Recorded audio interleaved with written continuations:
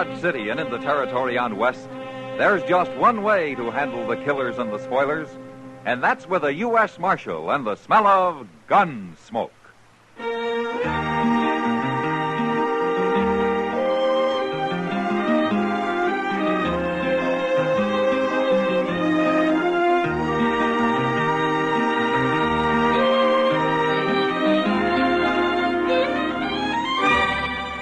Gunsmoke, starring William Conrad.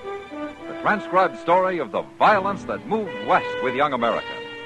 And the story of a man who moved with it. I'm that man, Matt Dillon, United States Marshal.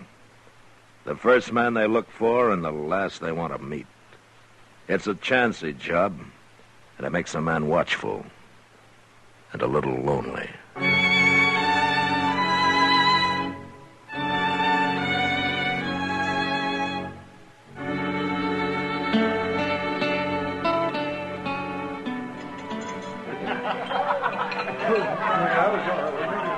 Matt? Yeah, what, Kitty? Come on over to that table in the back. I want you to meet Ida Stewart. All right. Ida's only been working here about a week. Isn't that Gil Barden sitting with her? Yeah, Oh, hello, Miss Kitty. Marshal Dillon. Hello, Gil. Ida, I brought the marshal over so she could meet him. How do you do, Marshal? Pleasure, Ida. Gil's been telling me a lot about you. He's quite an admirer of yours. Well, that's good to know I got some friends. You always did right by me, Marshal. You never caused anybody any trouble, Gil. And I don't aim to.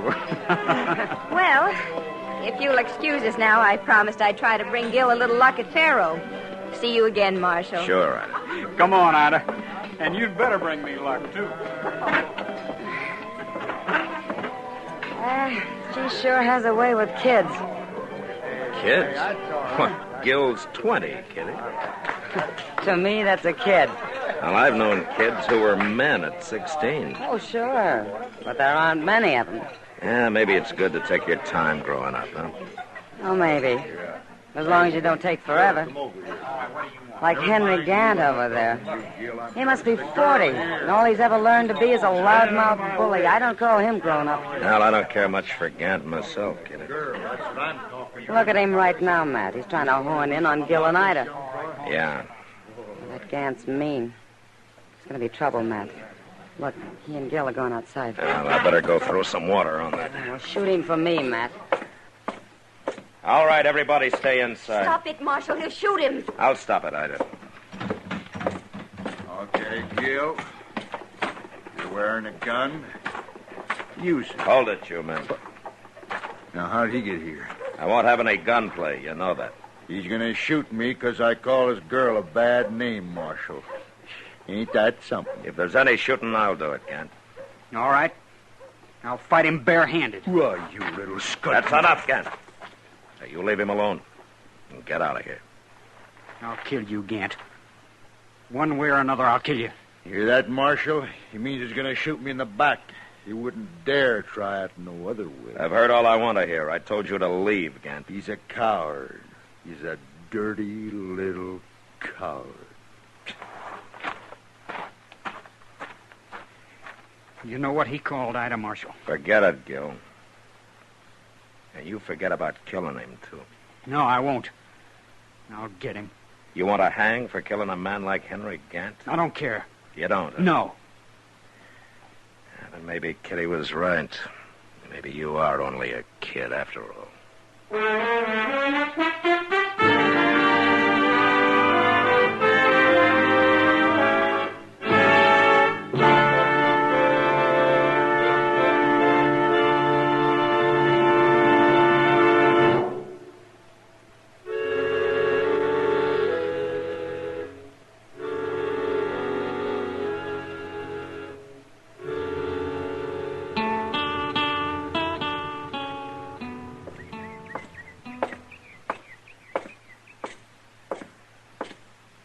Morning, Doc.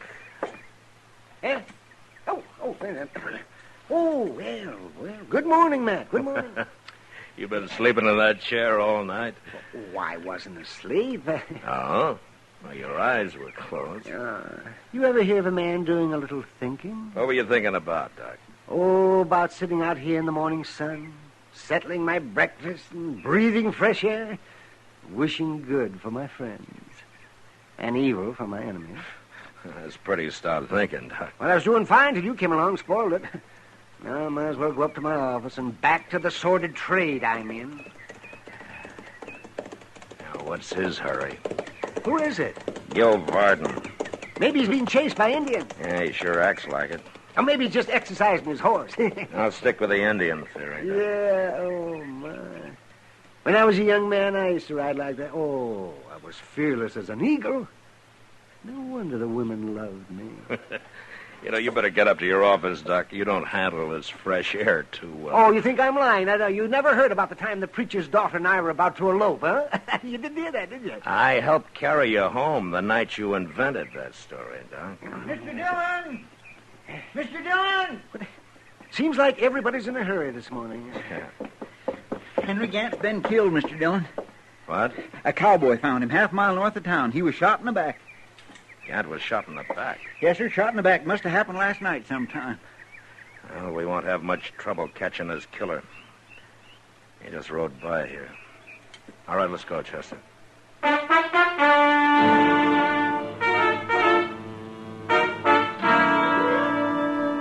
By the time Chester and I picked up a couple of rifles at the office and got saddled, Gil Varden had a good start on us. So to make sure of catching him, we each took an extra horse along. We tracked him south and rode hard till noon without even seeing him. But then we found his horse. It had sold on him and was standing head down and feet apart near a wagon. And the wagon, it was sitting there with no team to pull it, but harness strewed all over the ground. And on the seat, stony-faced and unmoving, was a gray-haired country woman. Howdy, ma'am. I'm Marshal Dillon. I'm looking for the man who was riding that horse out there. He's gone. Well, what did he do? Take your team? He took him. Well, ma'am, you just can't sit out here. Can't go no place without a team. There's a ranch about a mile west of here. Give that horse a little more rest and he can carry you that far. We'll rig a blanket on him for you, huh? Can't leave my man here. What? My husband. He's in the back, Marshal, under them blankets. Oh, what's the matter with him? Is he sick? He's dead. Killed dead. Man who stole your team? He done it. He rode up and never said a word. My man reached in the back for his rifle, and this fellow shot him. I just can't believe Gil Varden would do a thing like that. He was shaking like a leaf. He's plumb scared, Marshal. Scared of you, I guess. He's got reason to be, ma'am. Especially now. Go catch him before he hurts anybody else. I'll manage here as soon as I stop aching a little. Well, I don't like to leave you. I'll be all right. Go stop him. He's done enough. Chester, bring a horse over, will you? We'll fix a rig for her. Yes, sir. My first husband was killed by Indians, Marshal. Bad as it was, I never hated them Indians. It's different now somehow. Yes, ma'am. I'll catch him, ma'am, I promise you.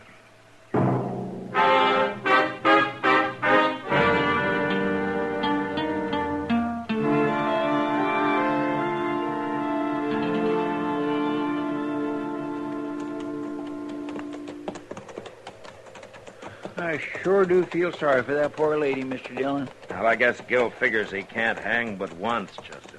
What got into him?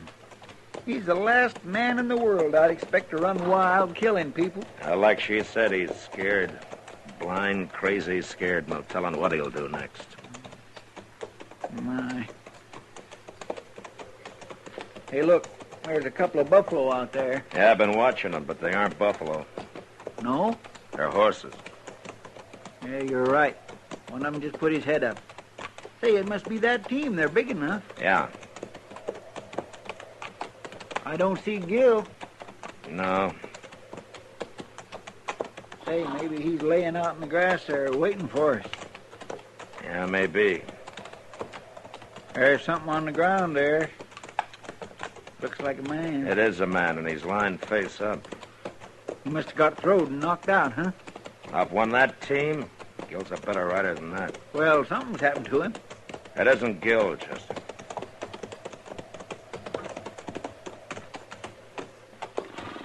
It's some cowboy, Mr. Dillon. Yeah.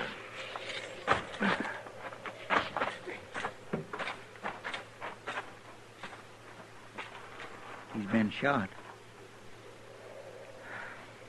Well, it looks like Gil did a little horse trading, Chester. The rough way. He left this fellow the team and a bullet in the chest. That boy's really gone crazy. We'll catch him quick enough unless this man was riding an awful good horse. There's no way of telling about that. No. Well, let's get busy.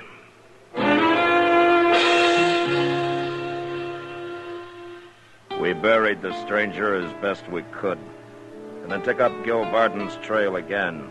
By mid-afternoon, his tracks showed we were closing on him. Still, it was almost dusk before we saw a sod hut up ahead and a saddled horse standing in front of it. At one side was a corral holding 2 other horses. But Gil and whoever owned the place were nowhere in sight. We made a circle, rode up behind the hut, and dismounted. He ain't been here very long, Mr. Dillon. That horse of his is still winded. Well, I don't know whether to wait for him to come out or go in after him. It'd be a lot safer to wait, if you ask me. There might be somebody in there with him. Either way, we've got him now. Look, Chester, you wait at the edge of the cabin there. If he runs out alone, take him, huh? All right, sir. We're too late.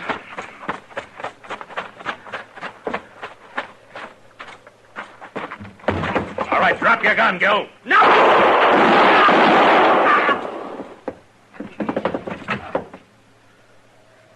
You all right, Mr. Dillon? Yeah, come on in, Chester.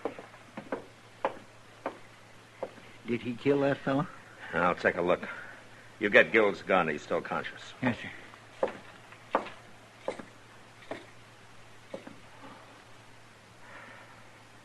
Yeah, he killed him, all right. Gil don't look hurt too bad. I tried to shoot him in the shoulder, but I'm afraid one bullet went a little low. His eyes is open. Gil, can you talk? You busted my chest. Here, let me open your shirt for you.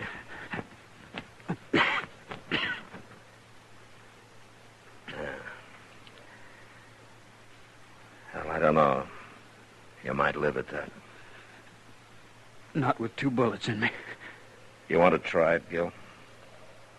Try what? There's a wagon outside. It'll be a rough trip, but we might get you into docks. You shoot a man, and then you try to save him. I've done it before. I asked this fellow to trade horses, but he figured I was running, and he tried to jump me. I shot him. You shot a lot of people today, Gil. I didn't want to. I didn't know what I was doing, except running. I heard about Gant. I knew it was me you'd be after. What do you mean you heard about Gant? I'm getting dizzy. I'm gonna fall. Hold me, Marshal. You're lying on the floor, Gil. I'm gonna fall. Is he dead? No, he's still breathing. What was that he said about Gant? I don't know what he meant, but he sure didn't admit killing him. Let's get him back to Dodge if we can. And maybe we can find out what this is all about.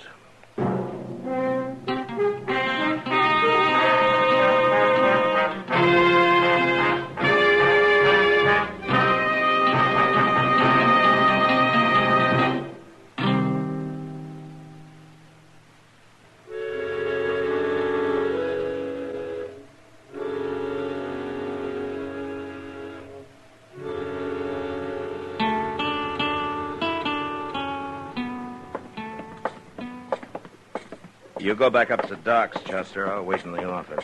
When Gil comes to, you let me know. All right, Mr. Dillon. He's an awful tough boy, ain't he? Yeah, he had to be to survive that trip.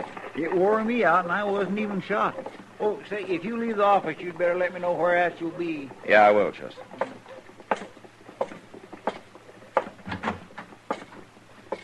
Hi, Kitty. Hello, Matt. Hello, Ida. Well, what are you girls doing here? We've been waiting for you, Matt.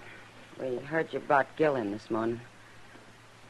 Yeah, he's up at Doc's. How is he, Marshal? But he's got 2 bullets in him, Ida. He survived that wagon trip, but Doc can't tell much yet. What do you think? Well, he's still alive, and I've seen men pull through shot up a lot worse than he is. Even if he does live, he'll hang, won't he? Yeah, he'll hang. I'm sorry, Ida. It's all my fault. Your fault. Ida did it, Matt. Did what? Killed Henry Gant. Ida killed... Yeah, she came and told me about it after she had left. Gant tried to run off with her, but she got his gun away from him and she killed him with it. Is this true, Ida? Or are you trying to cover for Gil? Gil's gonna hang anyway, it's true. Then it was self-defense. Why didn't you come tell me about it? I was scared to. I didn't think about it being self-defense. I was too scared to think. Yeah, she was, Matt. I had a terrible time calming her down. She's telling the truth, all right. Yeah, I believe her. If Gil hadn't run everything, it'd be fine. He got scared, too, Ida. Real scared. But why? He didn't do anything. Well, he'd threatened to shoot Gant. When he heard about it, well, I guess he was like you. He just stopped thinking. Oh, Miss Kitty. Miss Ida. Hello, Chester. I didn't expect to find you here. Is Gil conscious, Chester? No, sir, he ain't. How is he? He's dead. He died just a couple minutes ago. Doc done all he could for him. That poor scared kid. You killed him, Marshal.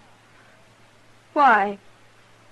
Why'd you have to kill him? He was only a boy. Ida, that isn't fair. What chance did he have against you? You shot him down easy. Why'd you have to do it? I don't like it any better than you do, Ida. But Gil just killed 3 men. And I don't think they wanted to die any more than he did.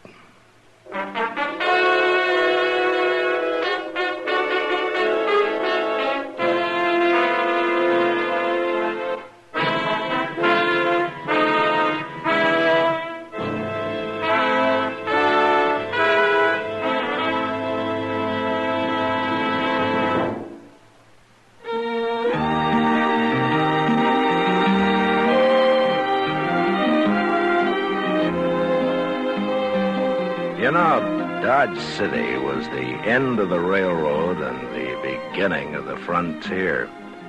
And it was filled to overflowing with people from all walks of life. Well, next week during the Christmas season, 2 real mountain men come to Dodge to end their 3-generation feud just in time for Twelfth Night. And that was the West. Good night. Gunsmoke, produced and directed by Norman Macdonald, stars William Conrad as Matt Dillon, U.S. Marshal. Our story was specially written for Gunsmoke by John Meston, with music composed and conducted by Rex Corey. Sound patterns by Tom Hanley and Bill James. Featured in the cast were Sam Edwards, Eleanor Tannen, John Daner, and Ann Morrison. Harley Bear is Chester, Howard McNear is Doc, and Georgia Ellis is Kitty.